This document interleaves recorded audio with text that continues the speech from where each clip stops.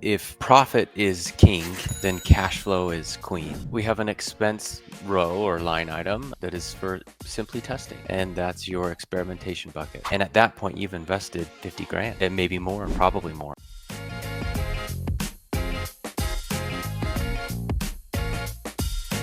Cody, the first question I'd love to ask you is cash flow. Cash flow can be tough, and it's not something that I see talked about a lot online. Have you guys at SearchBoom dealt with cash flow issues, and how did you manage that? Yeah, so I think if profit is king, then cash flow is queen, right? And in order, I think, to mitigate or plan for cash flow, you have to put together a forecast, right? So we work with our CFO to put together forecasts. We have data going back a decade that shows our attrition rates. It shows the cyclicality of the business. So we know when we can expect churn. We know when we can expect growth, right? Um, Also, and I don't see this as much as I'd like to. I think in agencies is we don't begin work until we're paid in full, right? That's just how we work.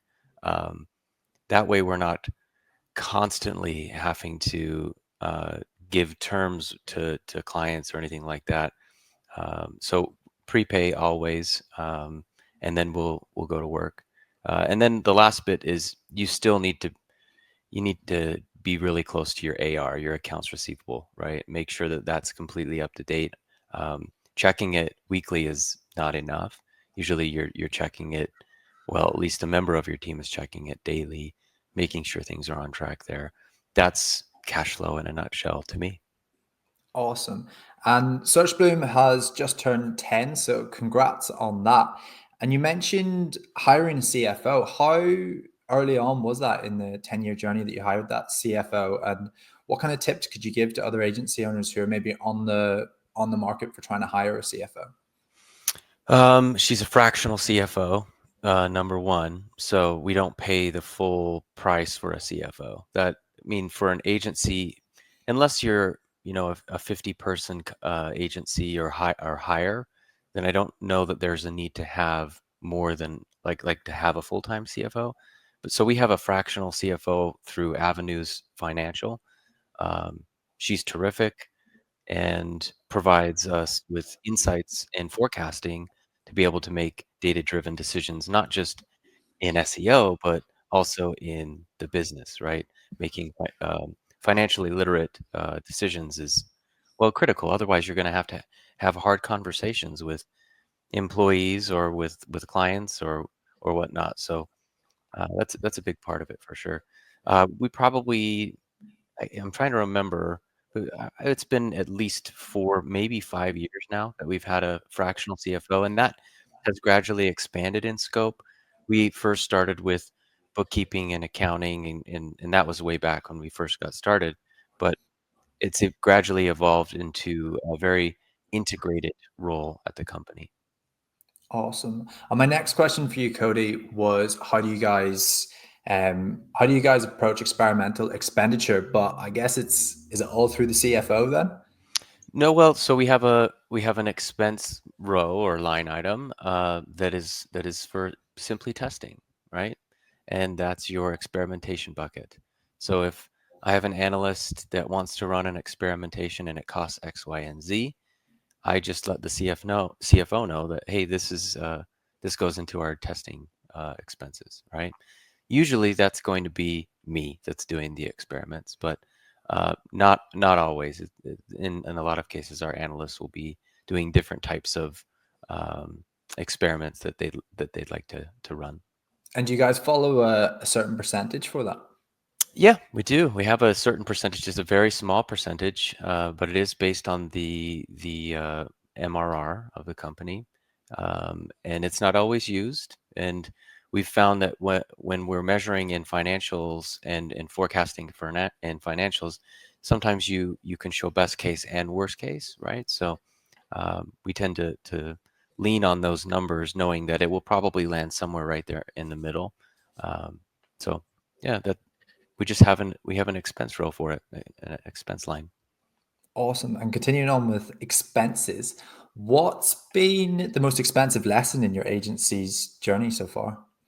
Oh, hiring the wrong people. Yeah, that's by far the most expensive, and doing so multiple times, right? Um, very, very difficult because you invest. Let's say you keep this person on for 6 months because, look, for the first 2 months, 3 months even, it's going to take them a while to get caught up to the way that your agency runs, right? You have to give them that grace and that opportunity. But after that, if you're still having problems in month, if you're having problems in month like 4, 5, and 6, then it might not be a fit. And at that point, you've invested 50 grand and maybe more, probably more, depending on the role. So, yeah, that would be the most expensive lessons that I've learned. Um, Um, I And wish I what could kind of, tell you the answer. and what kind of advice would you give to agency owners to try and avoid hiring mistakes? Slow is smooth, smooth is fast. That comes from the Green Berets, and I believe in it. I do. I think that going through the interview process should be just that. It's a process across multiple members of the team, and it doesn't need to stop at 2 interviews. In fact, the best people that we have on our team went through a process of like 5 interviews, and in a lot of cases, they have to present to us. They have to present something to us. They have to do an audit on a if for example if it's an SEO, they're going to be doing an audit for a domain, and uh, they're going to be doing that SEO audit and then presenting it as a part of the interview process. If it's pay per click. Um, then we're going to be looking at it a different way. We'll be giving them access to our machine where they can control the screen, and we see how familiar they are with the UI of Google Ads, because that's a really easy, quick telltale sign. If they don't know how to find auction insights, or if they don't know how to find the search terms report, we we know that they're not going to work. Awesome. And okay, so let's say, Cody, you've gone in and you've made a hire, and yeah, it's an expensive hire. It's quite an investment that you're putting into them. How do you make sure that everything from your side in terms of onboarding is on par? Well, I think each role has its own onboarding sequence, right? It depends on the role. So what we try to do is we use our task management system to onboard the employee. So we're kind of tackling two birds and we're getting two birds with one stone, basically, right? So they get used to the project management system while completing their onboarding. So day zero, they'll have a bunch of tasks. Day one, they'll have a bunch of tasks. Week one, they'll have a bunch of tasks. And those tasks vary based on role. And we create templates within our task management system, our project management system, to enable us to do that uh, repeatedly without having to rebuild it every time. Awesome. And you mentioned project management there. So you guys are all 100% fully remote. So I'm sure that project manager comes in clutch quite a lot of times. How do you guys manage a completely remote team? I would say meetings are very important, and accountability is critically important. But we are one of those agencies that track all of our time, right?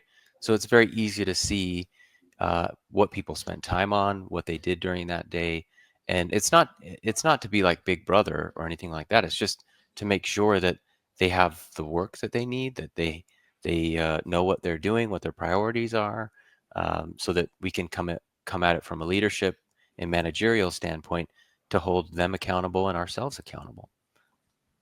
Awesome. And to maybe a lot of people listening, hearing that you guys track all time tracking, they'll be like, "Oh, that's probably not the best practice." But you guys have got a 4.7 year staff retention rate, which is pretty insane. Going that you guys have just celebrated your 10th birthday, so fully remote. You do the time tracking. What else do you guys do to build that company culture? We have a culture team, actually. In fact, every year we put out a form within the company, and people can apply to be on the culture team. That actually just came out today. Um, and usually the culture team is a team of 4 to 5. It's head up by one individual who's voted in by the culture team itself, right? So the culture team is critical. because they are the ones that are organizing culture-related events. It's hard to maintain culture in a remote or work from home environment. So communication, collaboration, and building relationships is critical, right?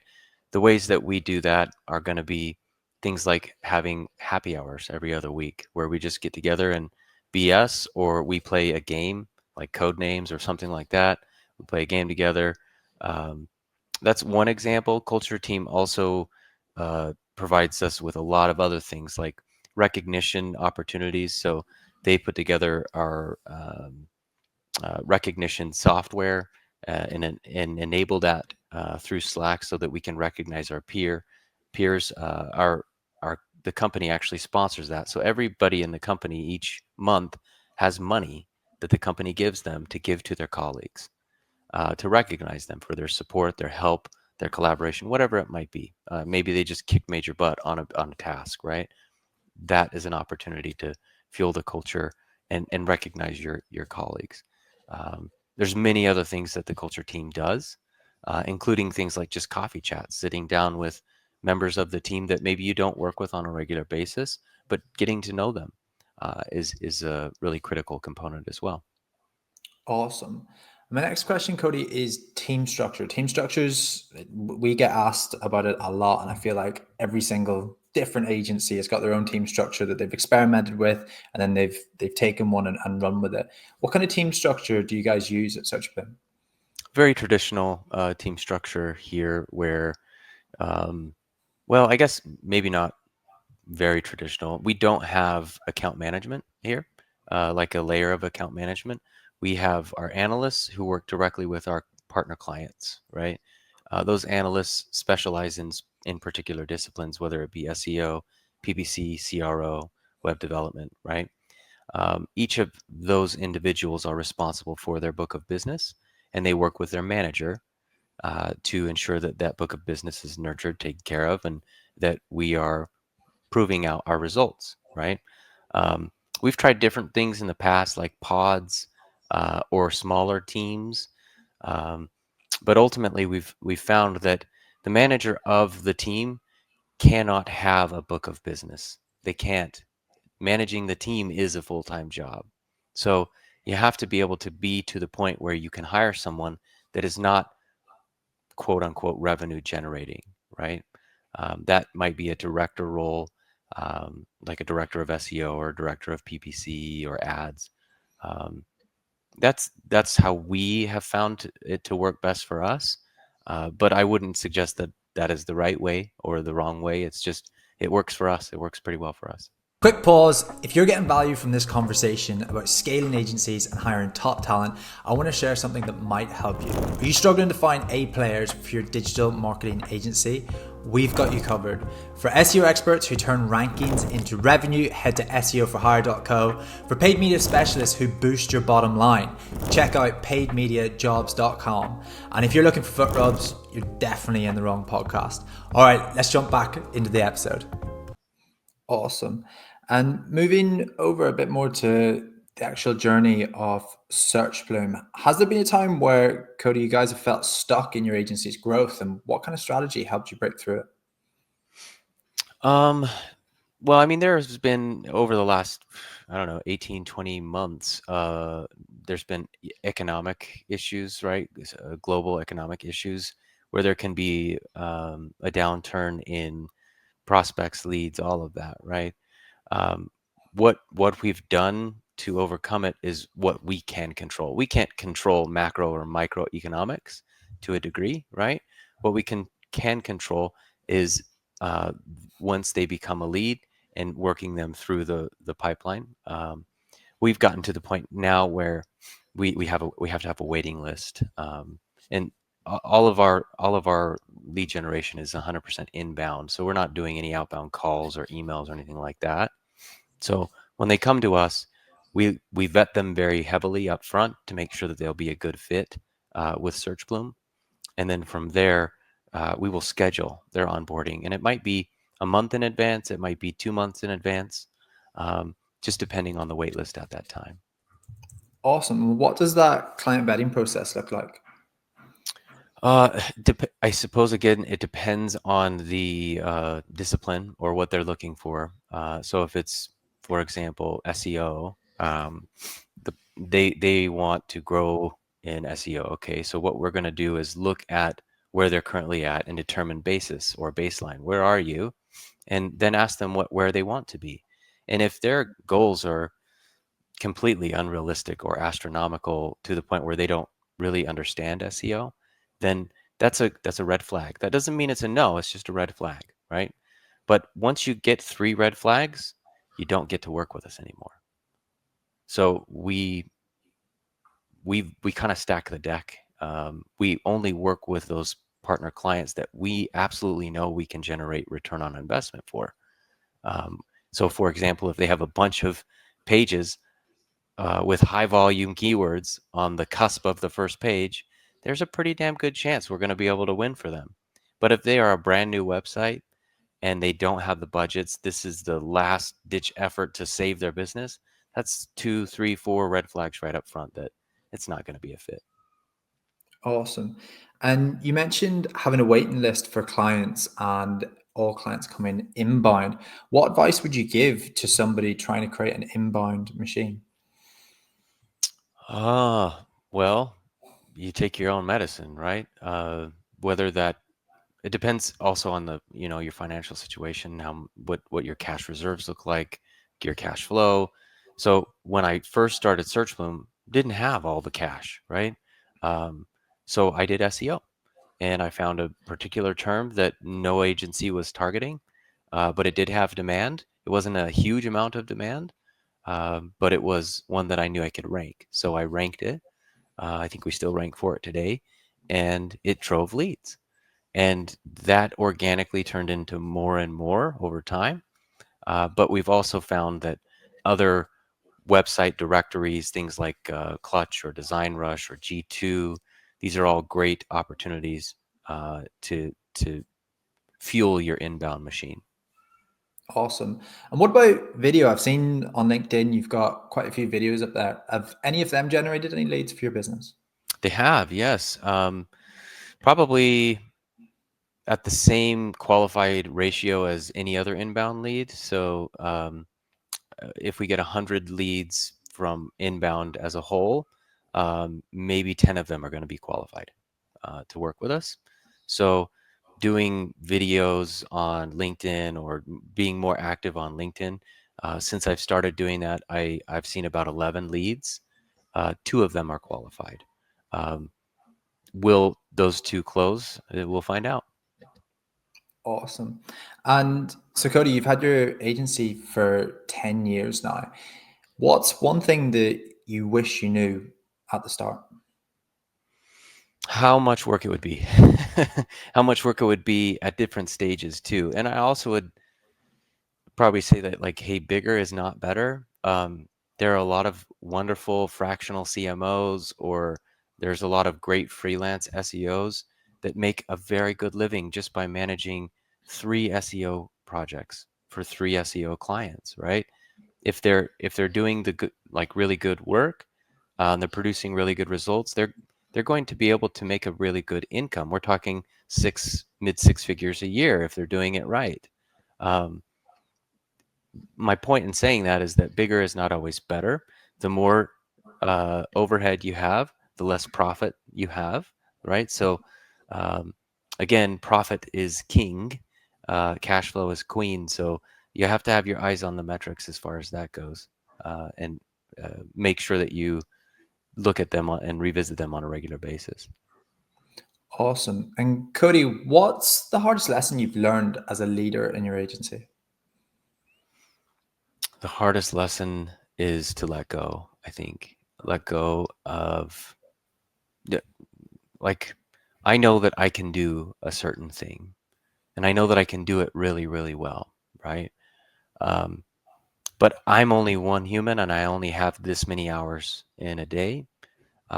So letting go has been the hardest lesson, and letting others do and or delegate. Right? So I'm delegating to others. Um, That's probably been the hardest lesson for me emotionally. I'll say that because I've been burned by like you're running a race, you hand the guy a baton or a gal a baton, and you say, "Okay, it's yours to run with it. I just put in all of this effort to get them to where they're at," and then they drop the baton 3 steps in, you know? So it's hard to let go when you've been burnt so many times, but if they can get it 80%, 85% to where you would be, then you need to let go of that. That's one of the hardest lessons I've learned, I think. Yeah, delegation it's a problem that a lot of agency owners answer that question with. So what advice would you then give to somebody who's maybe earlier in their career and they're making maybe their first few hires and they have to delegate? I would question whether or not they want to grow, or like, are you sure? Are you sure you want to grow? Because growing doesn't just come with uh, more money. I promise you. Uh, Biggie Smalls said it best: more money, more problems. Right? So again, bigger is not always better. I would question why. Why do you want to be bigger? Question yourself.